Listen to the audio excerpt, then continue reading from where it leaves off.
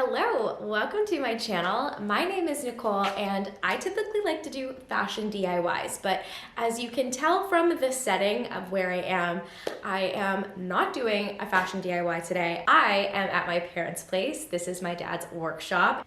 And together, him and I are going to be making a version of this dining room table that I saw on Pinterest that retails for about $3,000. So I am wanting to make the table as well as one of the benches. I know in the picture there's two benches, but I just want one, and then I want to find two other chairs to complete my little table. But yeah, I'm gonna take you guys through the whole process. We are going to be buying the wood, buying the supplies, making everything. So hopefully it goes well. I don't think from like a construction point that this table design is extremely challenging. I know I'm in good hands, so I know it's going to turn out amazing regardless because my dad is here and I can't go wrong. So enjoy this little vlog of him and I building this table together. And this might be the start of me building all the furniture I'm looking for in my apartment. So, wish me luck. They used to have it in a chicken barn, and someone complained that they were non-compliant for their usage.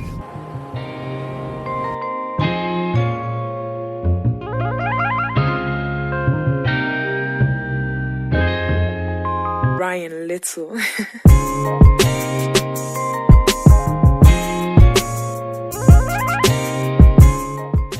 We're going to be in that one up in there. Okay. The red oak. With the red oak. It's got nice character to it. It's a more open grain wood. And this here is 6/4. All right. So you got 1.5 inches, maybe a hair roll.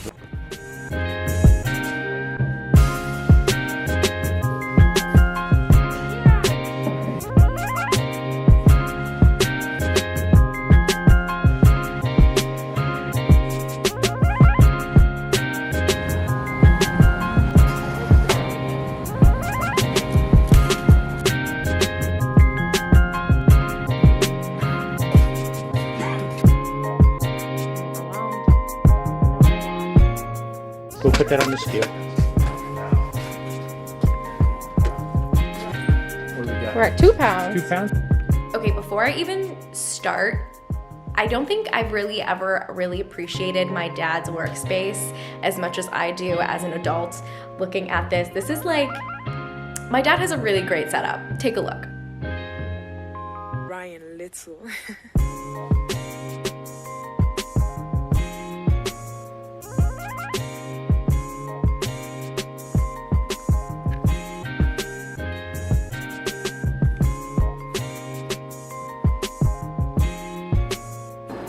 Going to forward 10. Right? That's going to allow us to cut 2 inches off the end. Let's cut a piece out of it. Okay, so to start off this project, we are going to go through each board and measure out 4 by 10 inches, doing our best to inspect each board for imperfections in the wood and measuring around any of those issues we did find. Now that the boards are laid out, we are going to roughly cut them to size so they are easier to work with. The saw's going to try to come towards you. So you have to push back on it. To do that, we are going to be using a radial arm saw. This thing is loud and terrifies me every time I jam it, but by the end, I was starting to get the hang of it. The boards are cut, so it's time to put each piece through the planer multiple times to make sure the board is as even as possible, removing any rough spots or leftover bark in the process. You go this way, when it goes through the machine, it starts to do this. Oh, okay. And then it takes pieces out, okay? Yeah. So you always want to put your cup side down. We are going to start by focusing on the tabletop. We laid the boards back out to get an idea of what we are working with and to see where we might need to make some additional cuts in the wood. Next machine we used was the jointer. This machine shaves down the short sides of the wood to become a perfect 90-degree angle. Some pieces of the wood have a bow in it, which makes it a little difficult to cut a 90-degree angle. So to fix those pieces, we took the wood over to the table saw and shaved off the smallest amount we could while evening it out. Then repeated the process to the rest of the pieces.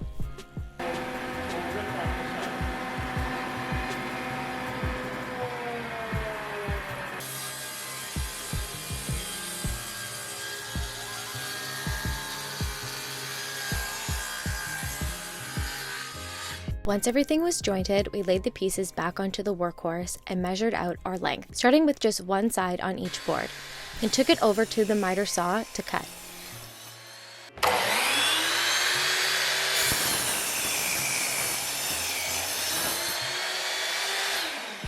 Now that one side is perfectly flush, we are taking a T-square to draw out the cut line on the opposite side of the wood. Then took it back to the miter saw to make our final cuts. And once it was laid back out, the tabletop looked something like this. So simultaneously, while dressing the wood for the tabletop, we are also dressing all the pieces, so these two pieces are going to be the bolster. It will keep all the table planks together, as well as act as something for our legs to attach to. We also cut the bolster at an angle so you won't bang your leg on it while sitting. Before we could measure out where to place the bolster, my dad cut these pieces of board that was 3/16 of an inch so we could slot it in between the boards to give it that plank table look. Then, using a marker, my dad marked out where we will be drilling our pilot holes. Then I took the bolsters over to the drilling press to make the pilot holes all the way through the board. Now it's time to attach the tabletop together with the bolster. My dad went through each pilot hole again with the drill, and I followed behind, screwing the wood screws in place.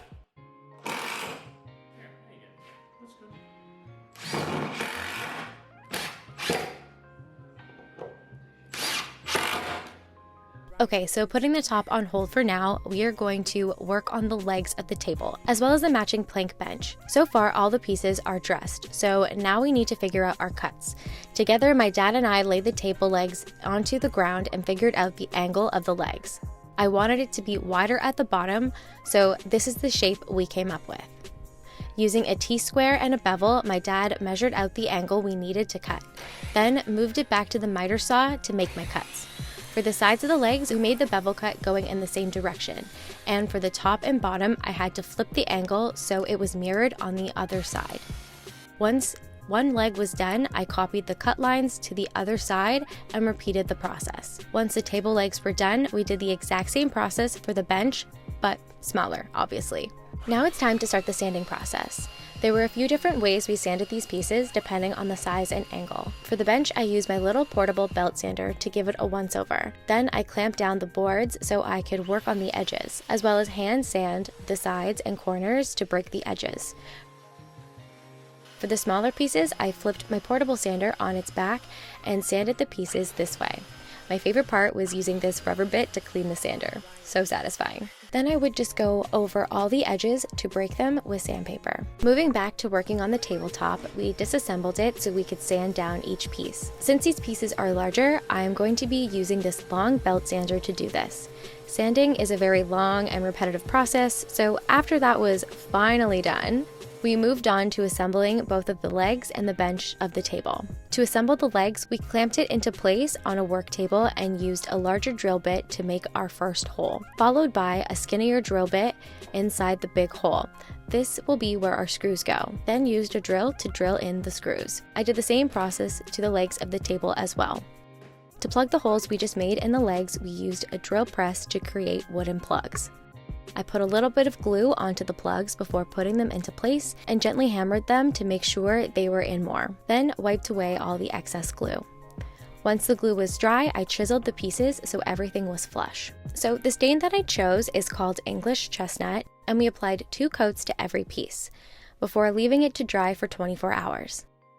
The final step before being able to assemble everything together was to apply the lacquer. Before we started, I used compressed air to spray off any dust that may have collected. And if you're wondering what those 2 random organic shaped pieces are, I also made a set of nesting coffee tables that I decided not to film the process of for my own sanity, but I stained the pieces at the same time. After applying several layers of this finishing spray, we were able to assemble the bench. With the bench upside down, we marked where we were putting our drill holes to hold the bench top and the legs together through that bolster piece. And the bench was done. This is the same process we used to attach the tabletop and the table legs.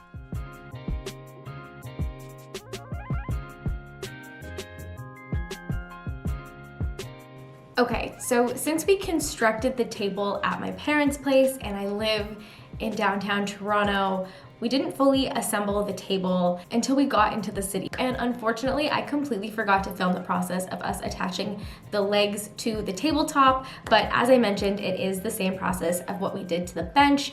And yeah, so before I get into the final reveal, I just want to thank you guys so much for watching. If you made it this far, like this video, make sure to leave a comment letting me know what you think, and be sure to subscribe for some more DIYs. I still haven't found chairs to accent my table, so I might be doing another furniture DIY in the future if I can find something that I want to upcycle. So yeah, let's get into the final reveal.